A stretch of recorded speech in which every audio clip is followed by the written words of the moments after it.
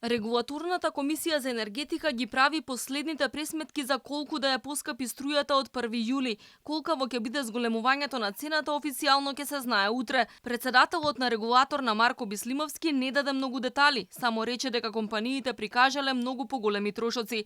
Дел од нив ќе бидат признаени, а дел не. Евидентно е дека струјата ќе поскапи, но експертите сметаат дека освен во глобалниот раст на цените на енергенсите, причините треба да се бараат во слабото домашно производство и големите кражби на струја. Имаме помалку 1 терават произведена електрична енергија, што е сериозен проблем за сите. Се надевам дека конечно сите субјекти кои се инволвирани во оформување на цената ќе ја сватат сериозно работата и ќе направат конечно една стратегија во која ќе бидат вклучени професионалци и дека нема да ни се повторат 16 милиони евра фактура за недозволено преземање на електричната енергија од европскиот систем ЕНЦО.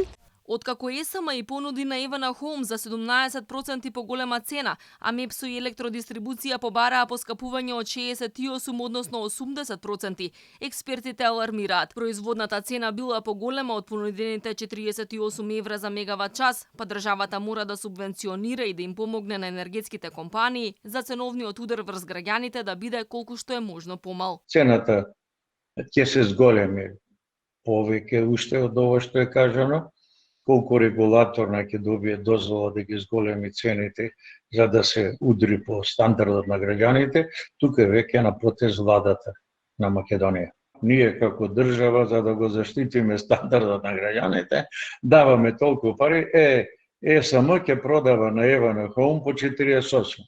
Оние другите до 60-12 евра по мегават сат, ние ќе му ги покриеме на електростопанство. Регулатор на вчера го објави и новиот тарифник за скапата струја. Домаќинствата се поделени во 4 блока, а најголем дел од нив ќе бидат во првите 3. Предвидено е струјата да има поприфатлива цена за оние што штедат. За трошаџиите сметките ќе бидат солени. Овие 5400 се тие што се занимаваат со рударство, тие што греат или ладат, не знам, зависи лете зиме, неколку стотини квадрати стамбен простор. Освен што за некој ден не чека повисока цена на струјата, за која многумина сметаат дека ќе се зголеми за над 10%, од 1 август ќе има и нова цена на парно грејењето во Скопје. Од регулаторна веќе најавија дека се потешко се наоѓа газ за топланите и дека зимата ќе биде тешка.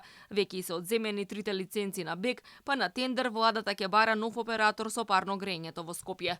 Откако град Скопје одби, една од опциите е и државните електрани да ја превземат оваа обврска.